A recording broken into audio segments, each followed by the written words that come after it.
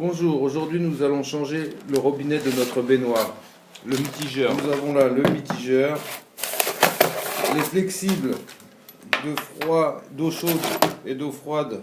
Attendez, je vais vous le mettre, voilà. Les flexibles d'eau chaude et d'eau froide qui vont être raccordés au mitigeur et le système qui permet de mettre en place le mitigeur. Allons-y.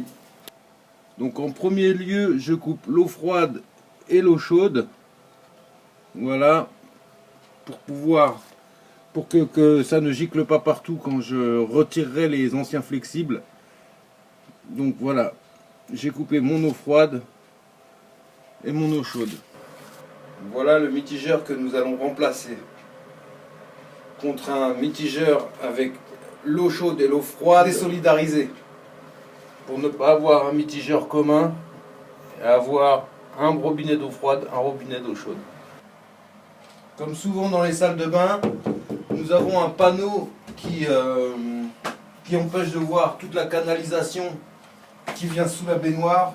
Première chose, je l'enlève. Voilà, donc il est juste posé. C'est très souvent comme ça, c'est rare qu'il soit attaché par des vis. Ça peut arriver malgré tout. Regardez votre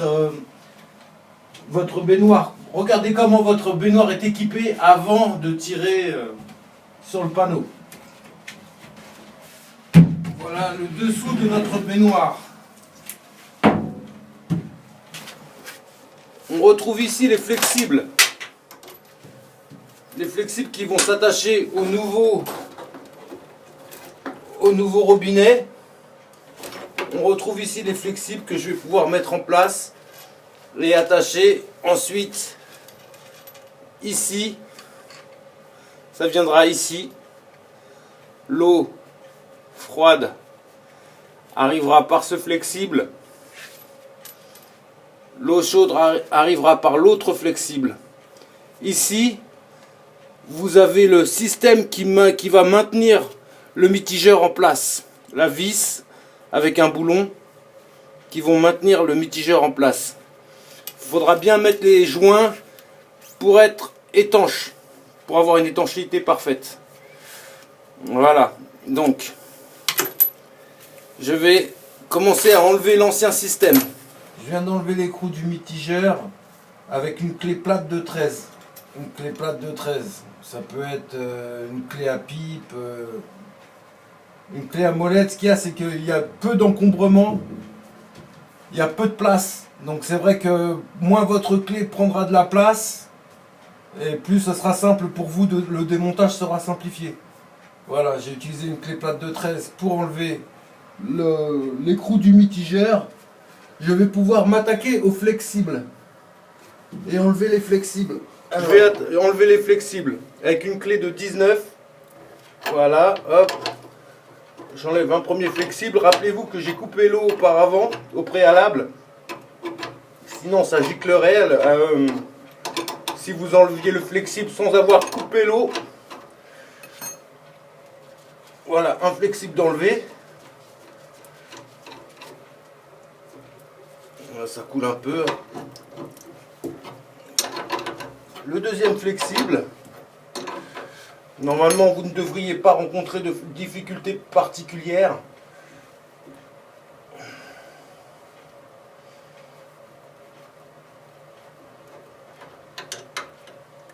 Voilà, et là, je vais pouvoir dégager le mitigeur.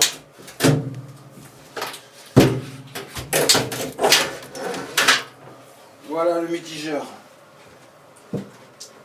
Avec ces deux flexibles. Voilà. Je vais enlever mon flexible de douche car j'en ai pas acheté de nouveau, je récupère celui-là. Alors, en espérant que le joint soit pas trop abîmé. Une clé multiprise j'ai utilisé pour défaire mon flexible de douche. Le joint a l'air pas trop mal. Il est là en place. Voilà. Alors, on va mettre le nouveau flexible en place. Le joint torique qui vient ici. Voilà, vous voyez, il vient à la base pour garantir l'étanchéité. Vous aurez un joint de couleur. Attendez, je cherche le... Voilà. Vous aurez un joint coloré, style caoutchouc. Il vient ici. Voilà. Et le système d'attache, à proprement dit, vient sur ce joint. Ils ont d'ailleurs à peu près la même forme. Vous voyez, voilà. Ça vient ici. Le pas de vis vient ici. Vous voyez le pas de vis qui est fourni avec le mitigeur. On y met ensuite nos joints. Voilà, là normalement je suis prêt à être en place, à me mettre en place. Je vais rajouter mes nouveaux flexibles et rentrer le tout dans le trou où le mitigeur va venir se caler. Alors hop, on va serrer un petit coup, pas trop mais un petit coup. J'enlève ça pour me faciliter l'accès, histoire d'être certain d'avoir toujours cette étanchéité. Alors les joints, il ne faut pas les écraser, il faut serrer ou à la main ou avec une clé. En tout cas, ce qui est sûr, c'est que si vous les écrasez, vous perdez l'étanchéité. Il faut les serrer juste bien, mais pas trop fort. C'est une règle qui vaut pour quasiment tous les joints. C'est-à-dire que quand vous arrivez en butée, vous vous arrêterez. Voilà, je pense être bien là. Voilà, le deuxième flexible, on n'abîme pas son joint torique qui est en place. Hop, alors le deuxième flexible qui vient. Attendez, je l'enlève après tout, je pourrais le remettre facilement.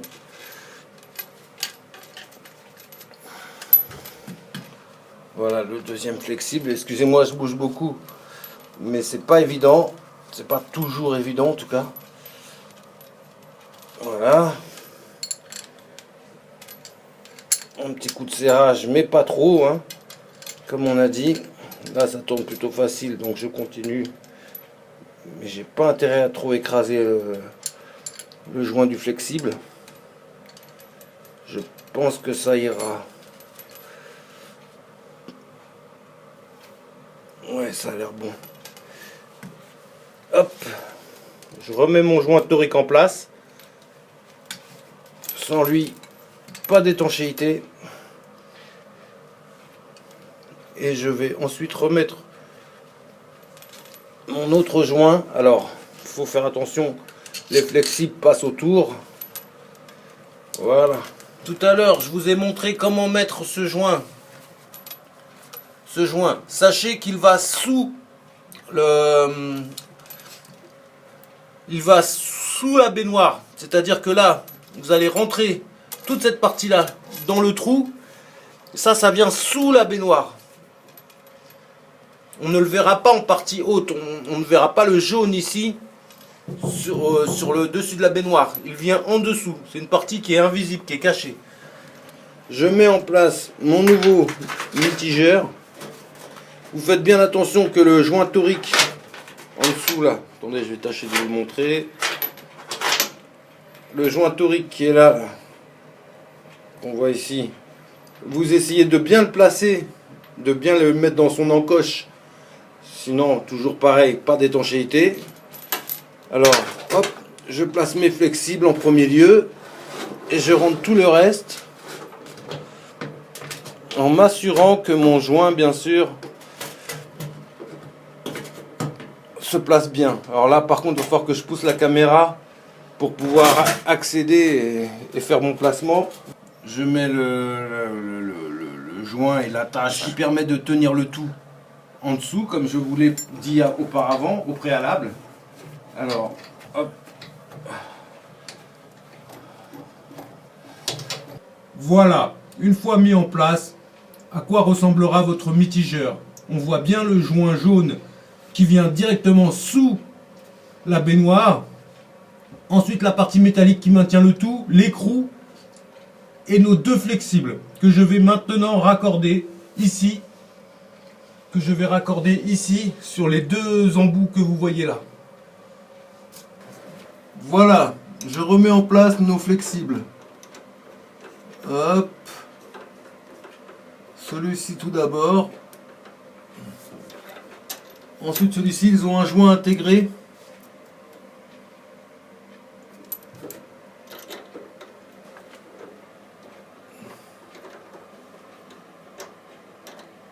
Un petit coup de serrage ensuite avec la clé de 19, je crois. Clé plate, clé multiprise, clé à molette. Faites avec ce que vous avez. Voilà, je resserre un petit coup.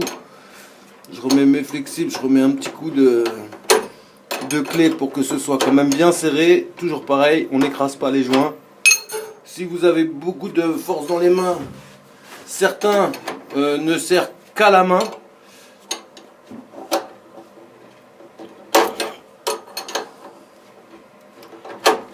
Voilà, ça devrait aller. Pour celui-ci et celui-ci, c'est bon. Voilà, on vient de rebrancher notre nouveau mitigeur. On vient de monter un nouveau mitigeur. Je remets en place le flexible de douche. Et je vais aller rallumer l'eau pour tester tout ça. Voilà, l'heure du test a sonné. Alors j'ai rallumé que l'eau chaude. Je n'ai ouvert que l'eau chaude. Voilà. Donc j'ai bien mon eau chaude qui arrive.